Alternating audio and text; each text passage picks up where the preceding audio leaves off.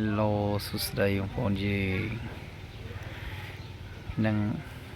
ដៃចូលបានពុះចាក់ល្មម2ហើយនឹង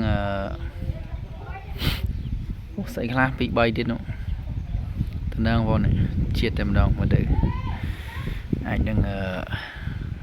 បើនិយាយធ្វើអីបានឆ្ងាញ់បង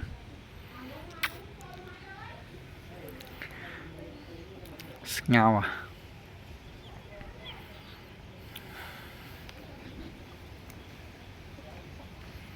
ធំបង